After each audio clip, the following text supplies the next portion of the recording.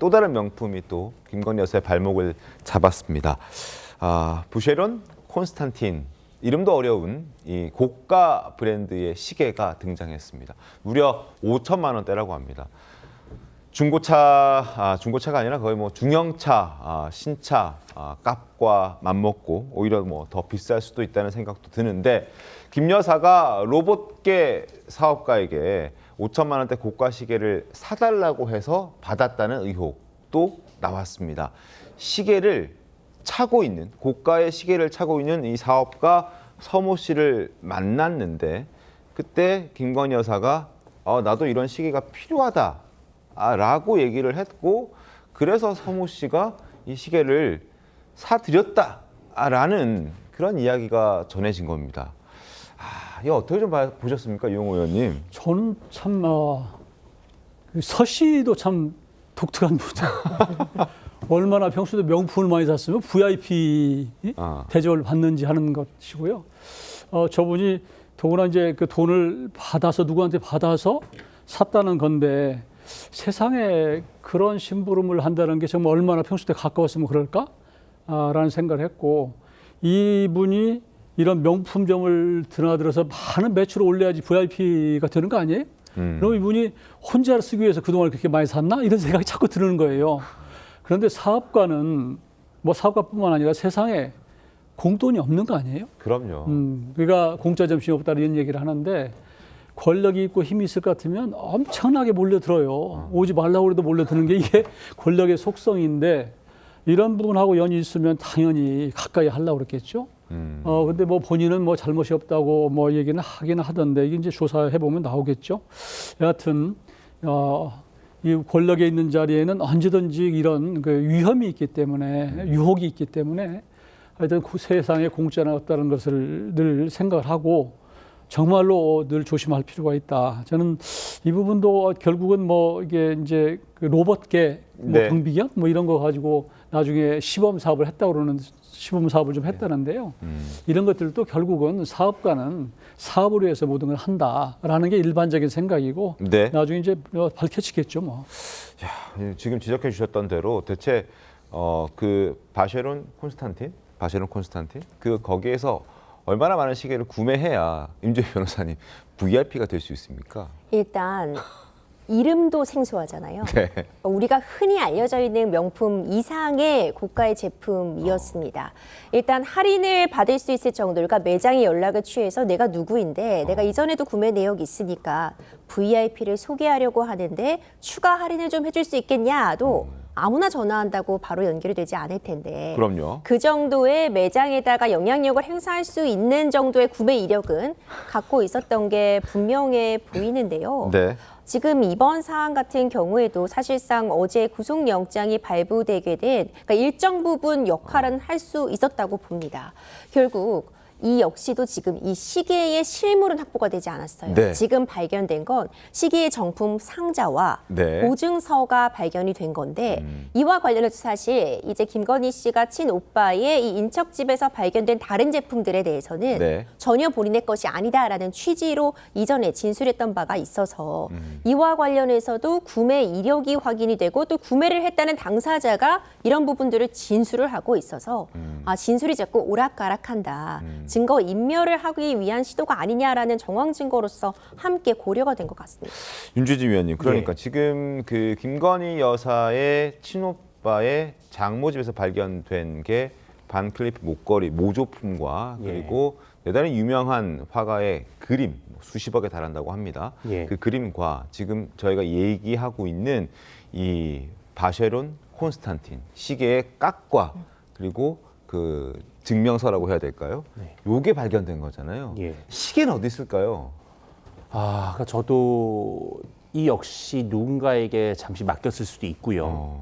아니면은 이 서 씨에게 정말로 다시 또 아까 우리가 봤던 것처럼 서희건설 측에 반환을 했던 것처럼 반환을 사실 저는 어딘가에는 분명히 있을 거라고는 봅니다. 워낙 고가의 시계이기 때문에 뭐 함부로 뭐 처분하거나 버리기도 쉽지 않을 것이고요. 네. 그것을 누군가가 다시 산다는 건 역시도 사실 이력이 남는 것이기 때문에 특검이 아마 이 부분도 상당히 그 서 씨, 이른바 로봇계 사업가에게 진술을 얻어내려고 할 것 같아요. 네.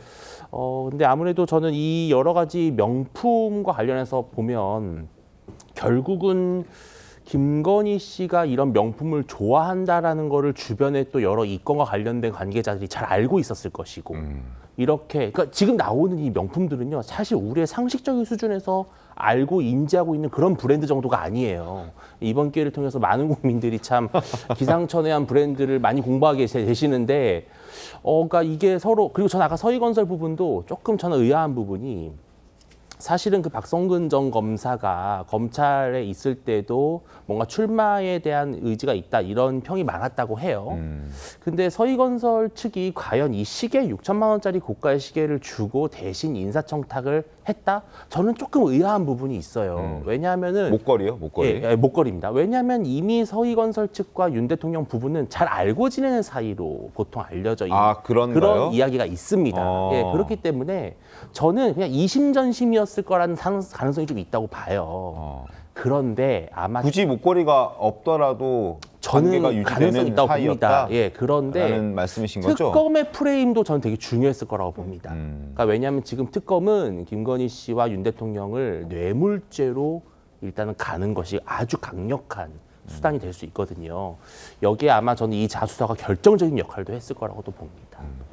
알겠습니다. 반클리프 목걸이, 바세론 콘스탄틴 시계. 자, 바세론 콘스탄틴 시계를 제공한 사람은 사업가라고 말씀드렸습니다.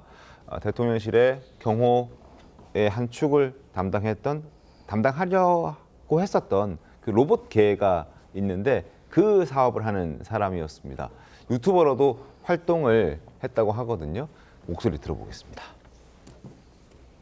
우리 윤 대통령이 매력 있는 게 바본달 같은 그런 게 있잖아. 영부인에 대한 사랑이. 그 우리가 느끼잖아. 왜 결혼 전 얘기 들먹거려. 내 와이프 내가 좋다는데. 난 그런 면에서 대통령 사랑해. I love you 윤석열이야. 그 시계를 제가 김건희에게 전달한 장본인이다. 저부터라도 어떤 대가성이나 뇌물이 있다면 처벌받아야 한다. 근데 아마도 그럴 일은 없을 거다. 특혜는 없었어도 나름 대통령 취임식을 참석할 수 있었고 명절 때 받은 대통령 선물은 저에게는 그래도 감사한 일이었다.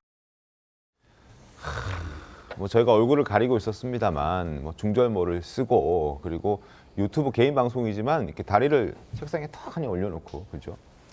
저렇게 방송하는 사람을 윤 전 대통령과 김건희 여사는 대체 어떻게 알았을까요, 유영호 의원님? 저 이제 아무래도 검찰을 해 오시다 보면 네. 아무래도 이제 뭐 이렇게 그 어떤 범죄와 관련된 이런 분들을 많이 만나잖아요. 거기에 위험성이 노출된 사람들과 많이 연이 있었을 거예요. 그리고 네. 전국적으로 다니면서 그랬을 것이고 또 이게 사업가와 검찰이 생각보다 가까이 있는 경우가 많습니다. 왜냐하면 조금 전에 서희건설 같은 경우도 건설이라고 하는 데가 늘 송사를 달고 다니는 데고 네. 또 그렇게 큰 사업을 하다 보면은 그런 일이 있기 때문에 늘 그 보험 차원에서 사위나 네. 이런 사람들을 검사들을 많이 사위로 봐요. 그래서 저는 맞사위가 검사라고 하는 거 이해가 되고 또 그러다 보면 아무래도 이제 그 서로 연이 있어서 늘 자주 만날 수 있는 거 아니겠어요? 그리고 이제 또 이런 사업하는 분들은 두 가지 부류가 있습니다. 하나는 조금 그 건 바이 건으로 뭔가를 부탁하고 살해하고 있는 경우가 있고 좀 큰 사업을 하고 여유가 있는 사람들은 그냥 평소에 앞으로 장래성 있는 사람들한테 투자를 해요. 그래서 오랜 연을 맺어 놓고 네. 그 사람이 좋은 자리에 갔거나 그럴 만한 위치에 가면 아주 자연스럽게 서로 도와주는 이런 형태가 되는데 제가 보기에는 그 서희건설은 그런 쪽에 후자에 가깝고 서씨 같은 경우는 지금 여러 가지 그 말하는 태도나 네. 또 어휘나 이런 거 보면은 그렇게 품위가 있는 분 같지는 않아요. 그래서 이분이 원래 사업을 그냥 성실하게 건실하게 해오신 분인가 이런 의심이 들 정도인데 네. 저는 조금 저런 분들과 가까이를 했다고 하는 게 김건희 여사가 그동안 사업해오면서 참 다양한 분들을 만났구나 그런 생각을 했습니다. 강성필 부대변인님 그리고 저 서 씨한테 사업가 서 씨에게 보도에 따르면 대통령실에서 홍보 업무를 제안했다라는 보도도 있습니다. 어떻게 보셨습니까?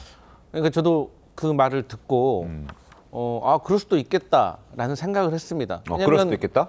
이미 대통령실에 김건희 씨가 과거 이제 코바나 컨텐츠 할 때 이 관련된 분들이 사실 먼저 들어가 있었잖아요. 그렇기 때문에 그럴 수는 있겠지만 방금 저 영상을 보니까 네. 저분의 저런 딱 봐도 판단이 되는 어떤 느낌이 있는데 저런 분을 대통령실에 또 추천을 하려고 했다는 것이 조금 경악스럽고 저분도 지금 본인이 어떤 상황에 처한지 모르시는 것 같아요. 그러니까 시계 같은 뇌물 안 줘도 나는 취임식도 갈 수 있었던 사람이다. 뭐 이런 식인 거잖아요. 네. 자랑할 일은 아니잖아요. 그리고 더 중요한 거는 이분이 줬습니다. 시계를 본인이 줬는데 사줬다는 거 아니에요. 대리구매. 네. 그러면 돈을 받았어야 되는 거 아닙니까? 근데 돈도 다 받은 게 아니라고. 일부 받았다로 주장을 해요. 네. 네. 그럼 본인 입으로 지금 일종의 뇌물성을 시인하고 있는 거 아니에요. 그래서 저런 태도들을 보면 정말 어렸을 때 또 엄마가 그렇잖아요. 나쁜 친구들하고 놀지 말라고. 근데 저분이 나쁜 친구랑 노는 건지 김건희 여사가 나쁜 친구들이 많았던 건지 참 통탄할 일입니다.